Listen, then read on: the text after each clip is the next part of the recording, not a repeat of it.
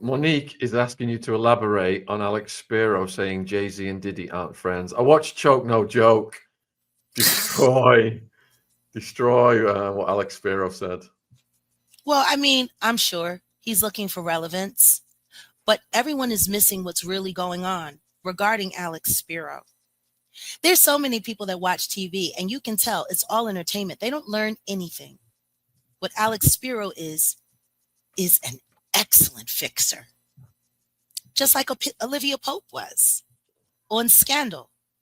And if anybody bothered to pay attention to all 7 seasons of that show, the only time Olivia Pope came out and spoke on the podium was when people were in trouble, big trouble, and they needed her chutzpah and they needed her confidence to keep the media and the public at bay while they wrapped up the situation in the background. Alex Spiro is not the kind of lawyer that you're supposed to see on television. He's the guy in the backdrop with the paperwork and the suitcase full of cash. If he's sitting out front, trouble is imminent. Imminent. He should be more like Martin Scorsese. You know his work, but you really don't know his face. And yet, Ariel Mitchell Kidd has disappeared, and now we have the male Olivia Pope, Alex Spiro, to come and save the day. And everyone's talking about the great job that he did. Oh my goodness, he's a superstar lawyer.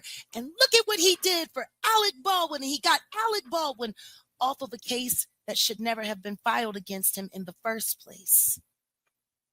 The person that was responsible and should have been held responsible for what happened to that director of photography. And may God rest her soul, and may her children and her husband have peace, or at least as much as they can. You know, he didn't load that pow pow. It was loaded by the person that was handling it. Instead, they blamed him for it, saying that he shouldn't have had his finger on the hammer or the trigger. And yet, nobody's questioning the person that loaded the round into the firearm. It was a hit job. Period. Alex Spiro is no hero. The only thing he did was get Alec Baldwin off of a charge that should have never fell on him in the first place. That's not a hero. That's a fixer.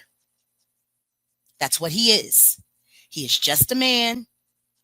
He is just an attorney with just as compromised as a legal background as Tony Buzbee. I find it funny that everyone's talking about Tony Buzbee and him being an ambulance chaser and him being in it for the money, but no one is talking about what Alex Spiro's billable hours look like.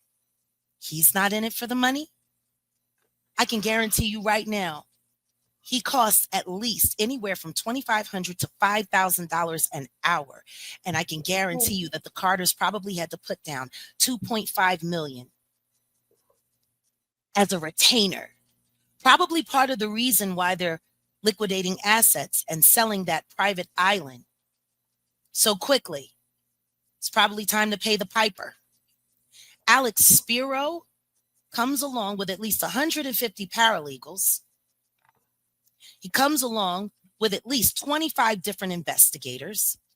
He comes along with a lot of things. When you buy him, you buy the team. And not only that, you still have to pay billable hours for the managing partners at his firm who are overseeing everything that he does.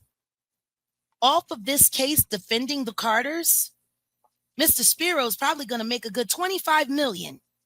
And nobody's asking him if he's in it for the money. That's insane. And I guarantee you, he's making a lot more money than Tony Buzbee. And those are facts. And Alex, no disrespect, but you need to stop playing with me.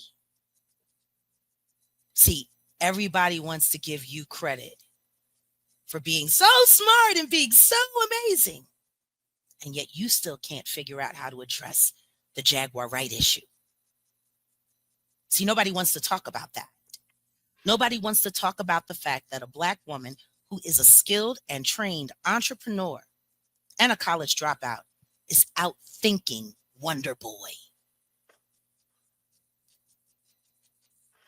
Jaguar, the way they got to Jane Doe's dad, do you see parallels with the R. Kelly case, whereby Absolutely. when they had the video of him urinating on the lady, young Absolutely. girl, they got to a family member to get that one, even video evidence, and they managed to get around it by getting to a family member? Yep. And they paid them. And then that woman had to come back in her 30s and finally tell the truth. Why is nobody checking the financials of that girl's father's bank account?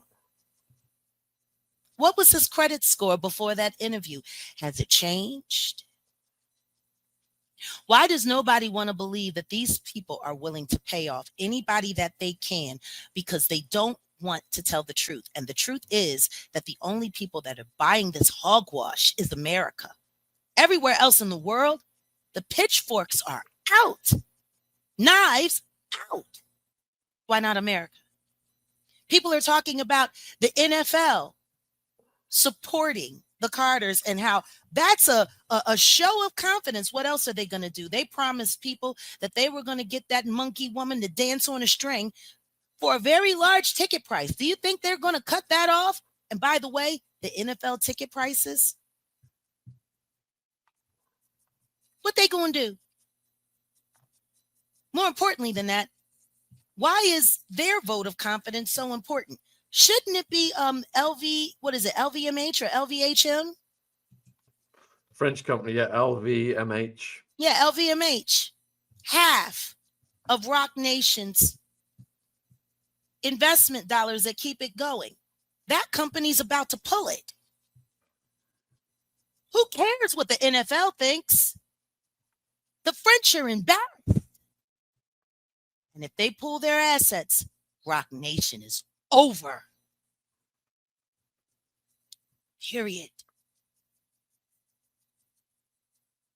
It's sad. So do you think all these brands now are looking at the way that mainstream media has parlayed Jane Doe's inconsistencies and thinking they can keep this cleaned up, versus if more lawsuits come, or if there's a criminal indictment, then the dominoes will collapse?